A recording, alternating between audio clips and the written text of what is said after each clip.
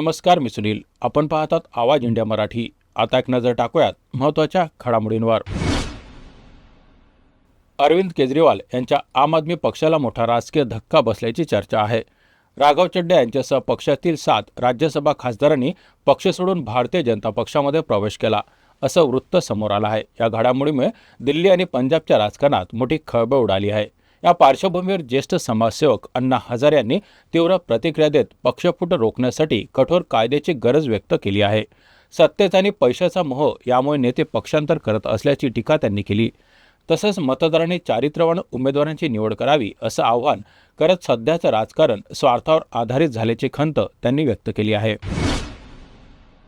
महाराष्ट्र राज्याचे परिवहन मंत्री प्रताप सरनाईक यांनी राज्यातील रिक्षा, टॅक्सी आणि ओला उबेर चालकांना 1 मे पासून मराठीत संवाद साधण्याची सक्ती करण्याचा निर्णय घेतला आहे.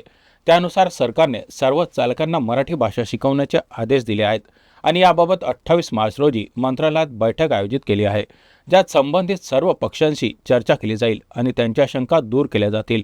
सरनाईक यांनी स्पष्ट केले की महाराष्ट्राची राज्यभाषा मराठी आहे आणि सर्व नागरिकांना तसेच संवाद साधावा लागेल. त्यांना कोणत्याही विरोधी भूमिका किंवा अडचणींचा सामना करावा लागणार नाही. ते म्हणाले की हे निर्णय सरकारच्या जुन्या कायद्याची अंमलबजावणी असून यामध्ये नवीन कायदे लागू केलेले नाहीत.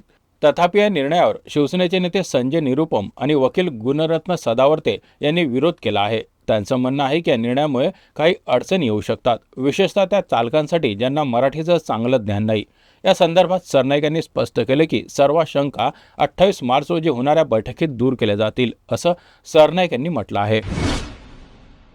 पुण्यातील वारजे परिसरात शुक्रवारी एका सलूनमध्ये 3 ते 4 अज्ञात व्यक्तींनी घुसून गोळीबार केला. या हल्ल्यात 2 जण जखमी झाले असून त्यांना उपचारासाठी रुग्णालयात दाखल करण्यात आलं आहे. घटनेची माहिती मिळताच पोलिसांनी कारवाई करत गोळीबार करणाऱ्या एका संशयित तरुणाला ताब्यात घेतलं असून त्याची कसून चौकशी सुरू आहे. उर्वरित आरोपींचा शोध घेण्यासाठी पोलिसांनी मोहीम हाती घेतली आहे. या घटनेमुळे परिसरात भीतीचं वातावरण निर्माण झालं असून पुण्यातील वाढत्या गुन्हेगारीबाबत पुन्हा एकदा चिंता व्यक्त केली जात आहे. सोलापूरच्या कुर्डुवाडी येथे रिअल इस्टेट व्यावसायिकांची आर्थिक फसवणूक करणाऱ्या स्वयंघोषित गुरु मनोहर भोसले याला पोलिसांनी अटक केली आहे. फिर्यादीला आर्थिक अडचणीतून बाहेर काढण्यासाठी भोसले याने काळ्या जादूच्या वापराचा दावा केला आणि पूजेसाठी 50,000 रुपये मागितले. पैसे देऊनही नंतर संपर्क न साधल्याने तक्रार दाखल करण्यात आली. भोसले याच्यावर जादूटोणा आणि आर्थिक फसवणुकीचा गुन्हा नोंदवला आहे. शेतकऱ्यांसाठी दिलासादायक बातमी समोर आली आहे. अखेर उजनी धरणातून भीमा नदीकडे पाणी सोडण्यास सुरुवात झाली आहे. गेले 9 दिवस आलेगाव येथील कोरड्या पडलेल्या भीमा नदीपात्रात सुरू असलेलं आंदोलन शुक्रवारी संपल्यानंतर संध्याकाळी 6 वाजता पॉवर हाऊससाठी 1600 क्युसेक आणि भीमा नदीकडे 1400 क्युसेक विसर्गानं पाणी सोडण्याचा निर्णय घेण्यात आला आहे. पालकमंत्री जयकुमार गोरे यांच्या आदेशानुसार काल रात्री हे पाणी सोडण्याची तयारी होती. मात्र आलेगाव येथील आंदोलनामुळे पाणी सोडता आलं नाही. अखेर शुक्रवारी पाटबंधारे विभागाच्या वरिष्ठ अधिकाऱ्यांनी आंदोलकांची समजूत घालून कमी प्रमाणात पाणी सोडण्याची मागणी मान्य केली. प्रशासनाने 6000 क्युसेक पाणी सोडण्याऐवजी 3000 क्युसेक विसर्गाने पाणी सोडण्यास सुरुवात केली आहे. पाण्याचा विसर्ग कमी प्रमाणात सोडण्याचा निर्णय घेण्यात आला आहे, कारण जर जास्त विसर्ग केला तर ग्रामस्थ आणखी आंदोलन करू शकतात. तथापि भविष्यात पाण्याचा विसर्ग हळूहळू वाढण्याची योजना आहे, ज्यामुळे शेतकऱ्यांना सिंचनासाठी आवश्यक पाणी मिळेल. राज्यातील हवामानात मागील काही दिवसात मोठे चढउतार पाहायला मिळत आहेत. मराठवाड्यात वादळी वाऱ्यासह पावसाचा येलो अलर्ट भारतीय हवामान विभागानं जारी केला असून काही जिल्ह्यांमध्ये पुढील 24 तासात पावसाची शक्यता वर्तवण्यात आली आहे. दुसरीकडे कोकण आणि विदर्भात उष्णतेच्या लाटेचा इशारा देण्यात आला आहे. अमरावती येथे 44° इतकं उच्च तापमान नोंदवलं गेलं आहे. अकोला, रायगड, ठाणे, मुंबई आणि रत्नागिरी परिसरातही उष्णतेचा परिणाम जाणवत आहे.